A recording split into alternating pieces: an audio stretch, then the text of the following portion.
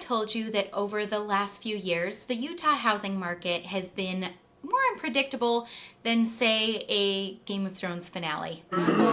We've seen incredible highs, dramatic lows, and recovery that has left everyone wondering what's really happening out there and what does it actually cost to buy a home here in Utah. If you're thinking about buying or selling, you absolutely need to see what the data is telling us. Let's go back to the summer of 2020.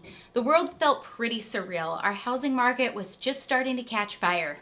Back in 2020, in July, the median sold price for a single family home in our area was $392,000. Now keep that number in mind. Over the next 2 years, our market went absolutely wild. With interest rates at historic lows and buyers flooding in from everywhere, prices didn't just go up, they skyrocketed. Month after month, we saw rising prices climb even higher and higher, stretching what most people could afford. All of this reached its peak in May of 2022, the moment when our market hit its absolute ceiling. That's right, the median sold price hit just under $600,000. We're talking about more than a $200,000 jump in less than 2 years. But here's the thing about markets. When they climb that fast, a correction is usually coming. That's exactly what we saw. As the Federal Reserve started raising interest rates, we all remember that, our market hit the brakes really hard.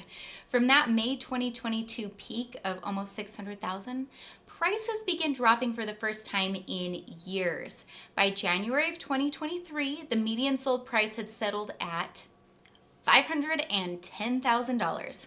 Now, while some folks were hitting the panic button, this wasn't some catastrophic crash. This was the market finding its balance again.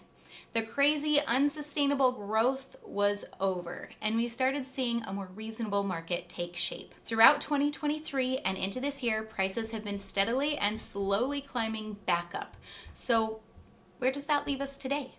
According to the latest data from this month, July, the median sold price for a single family home is sitting at $591,000 and $900 more after that. And I know what you're thinking, that sounds like a lot of money, and honestly, it is. But there's something crucial that we do need to talk about. What do people in Utah actually earn? A recent study from the Kem C Gardner Policy Institute revealed something pretty remarkable. When you adjust for cost of living, Utah's median household income of $98,336 actually ranks as the highest in the entire country. That is 27% above the national average. A big part of this comes from our state's strong economic growth, plus we also have the largest average household size in the nation, which means there's more people to contribute to the household income. So when you factor in these higher incomes, our housing market starts making more sense. The next question is, for households earning at these levels, what does a home around $591,000 actually look like? Well, I'm going to show you. Let's start in Davis County.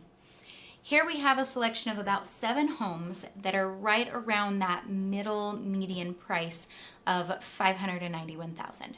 So you can see that gets you quite a range. We have homes from 1975 all the way up to 2025 here, some brand new homes. The different areas are Syracuse, West Point, Clinton, Woods Cross, Layton, Clinton. That's kind of spread all across Davis County. Another thing you might notice is the difference in size, for sure, and then the difference in lot size. So newer homes typically tend to have smaller lot sizes. We're running out of space, so homes are being built on smaller lots, as well as you can only fit so much home on a lot that's smaller. So home sizes are smaller as well. So you'll actually notice some of our larger homes, this 2,800, 3,000, and 2,900, are ones from 1975, 2005, and 2007. So the newer the home is, usually the smaller the size is going to be for your price. So taking a peek at the 2007 home, looks like we're looking at a Rambler here. This is out in Syracuse. The benefit of that is that if an older home is, one, all of the kinks are pretty much worked out of the home. All the quirks, all the crazy stuff you would have found out by now usually. And you already have established landscaping. So for instance, this one, you have some more mature trees and some beautiful landscaping. Newer homes, this is 2022, newer homes will typically have a little bit of a tighter space. These ones are actually really similar in lot size, but you'll notice this one is 800 square feet smaller here in West Point for right around the same price. Our next one after that is in Clinton. This one is from 2005. You'll notice we jump back up in square footage and another mature tree there. And then these are brand new homes. These next two here are brand new homes with lender incentives. So if you want me to make a video on lender incentives, let me know. I'm thinking of making a video about builders in the area. So if you're interested in that, go ahead and leave a little comment down in the bottom for me. So you'll notice the even smaller lot size and then the smaller home size as well. The next home we have to look at here is our oldest home. This one's built in 1975, 2,900 square feet, 5 bedrooms, 3 bathrooms, but you'll notice it is on a larger lot, 0.47, so almost half an acre. And then the home after that is another brand new home. This one is a little bit more unique, but it's because of the area that it's in. There's a little bit more space out in Clinton. It's a little bit further out. And that's why we see the 2,600 square feet, 4 bedrooms, 3 bathrooms, and a little bit over a half or a quarter acre on that one. So that one's pretty fun. It looks like that is a fully staged model that they have there. All right, next up, let's take a look at Weber County. This is where my home is. We actually have a couple of homes in my area. I'm up in North Ogden. Weber County, our major metro area is Ogden. Davis County's major metro area is Layton. And then we'll also discuss Box Elder County in the next section of homes. So Weber County here, we have North Ogden, Riverdale, North Ogden, West Haven, Taylor, and Hooper. West Haven, Taylor, and Hooper are all out west of I-15. So they're all in a fairly similar area, although it can take some time between the different areas, like 10, sometimes 15 minutes, depending on if you're going from corner to corner. Now, one thing you'll notice as we go along, geographically, the further north you go, the lower the home price is. And how that translates to if you're looking at the same price range, it means usually you get more land or more home or a newer home for that same price. So while we're looking here, we still have quite a spread. We've got from, it looks like 1982 all the way up to 2025, some brand new homes. You'll see instead of having only 2 brand new homes, we have 3 brand new homes here. And then another kind of decent spread, 2009, 2006 to kind of round it out. So starting at this most recent home to pop on market here, 589,900, built in 2006. You'll see it has a quarter of an acre, 3,400 square feet, 6 bedrooms, 3 bathrooms for that similar price range. So you're getting the same square footage basically and about the same size for a little bit newer home than we saw in Davis County. The next home is the exact same price, but this is a brand new construction home. So this does also illustrate what I was saying. 2,200 square feet, 4 bedrooms, 4 bathrooms out in Riverdale. And you'll notice this one is on a smaller lot, 0.18 acres. You can see they're a little bit tighter there next to each other. Our third house here is up in my area, North Ogden, just like the other one that we saw. This one is 1982, 4,000 square feet, 5 bedrooms, 4 bathrooms on a quarter of an acre as well. So again, you'll notice mature trees, fairly nice landscaping already done. The other nice thing is this one, it looks like has solar panels and some a little bit more interesting architecture there, if you'll notice. Kind of it looks like some transom style windows up off of the roof line. So that's kind of fun. The next 2 homes are going to be new construction homes here. So we've got a 2-story and a rambler. The 2-story is on a quarter of an acre. This is out in West Haven, or actually a third of an acre. And we've got 3,458 square feet, 4 bedrooms, 3 bathrooms. That is actually kind of a steal. If somebody wants to go see this one, let me know. And that's a 2-story.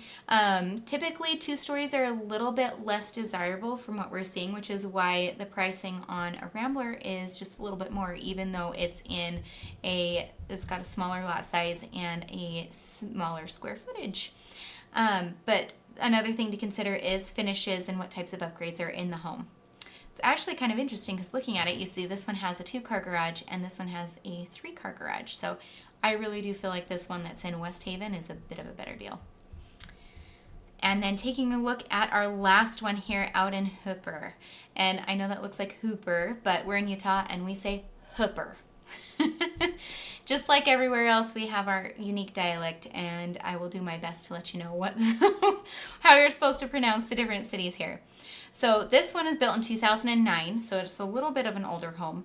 Not super old compared to what I've seen. I should do a historical one and show you some homes that are from the 1800s out here.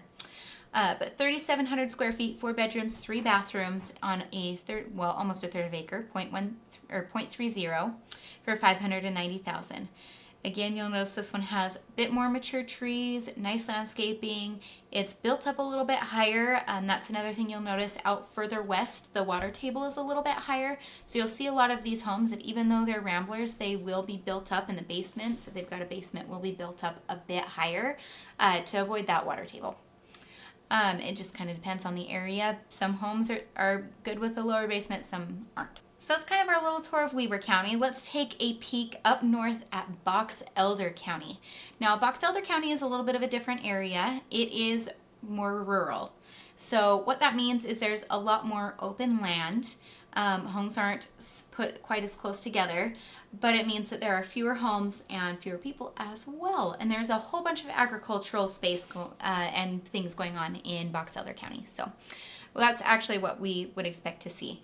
Kind of interesting, Box Elder County's kind of metro area, their bigger city is Brigham City. And you'll notice here that we actually don't have a home around this price range in Brigham City. And I'll tell you why I think that is. I think that's because in Brigham City, most of the land is actually filled in, and the land that they are building homes on now, they're building smaller homes on tighter spaces. So I know of a couple of new developments where the brand new homes, 17, 1,800 square feet up to 2,000 square feet, are on like 0.18 or 0.16 acre lots, and they're actually going for around $450,000 to $500,000, $550,000 in some cases. So that's why we're actually not seeing any homes from that area. It's just because they are a little bit smaller homes on smaller spaces, and they're in a little bit less demand. Usually in the more rural the area, the more people that want to live there want more space in between the homes. So those homes aren't in quite as high demand as a home that would have a lot more space. So land is a little bit more of a premium out there. So taking a look here, we've got homes from quite a range, 2007, 2022, and 2025, a brand new home out in Elwood. So these are a secondary kind of metropolis city area in Box Elder County is Tremont. So you go up I-15, you go Brigham City, and then you go a little bit further and over, and you go up, and there's Tremont. And then you keep going, and there's a few more cities going up, but none quite as big, all the way up to the Idaho border. There's a couple of turnouts that take you out into the northwest desert, but yeah, it's kind of blank out there. There's a lot of homes, but they're very far between. So if you want to be rural and you want to keep your home prices pretty reasonable, Box Elder County is probably your best place to go. So these two homes in Tremont are a little bit different. Both are over 3,000 square feet. One's on a third of an acre and one is on a quarter of an acre. This one on a third of an acre has a 2-car garage. The style is really similar to what we typically saw in the early 2000s. And then this other home, the next home, is less square footage and a smaller lot, but the same price. So keep correlating those two things. And it does have a 3rd-car garage as well. Actually, that looks like you could probably fit a RV in there. So if you'd like to bring your RV, that home might work out great for you. And then you'll notice up in Elwood here. Elwood is a little bit further out. The lot is half an acre, which I know a lot of people love. You're looking at a 3,600 square foot home, brand new home here. Yeah, it's in progress, so this is a rendering. I don't know if there'd be any landscaping. I could click in and see, but I don't want to take up your whole day.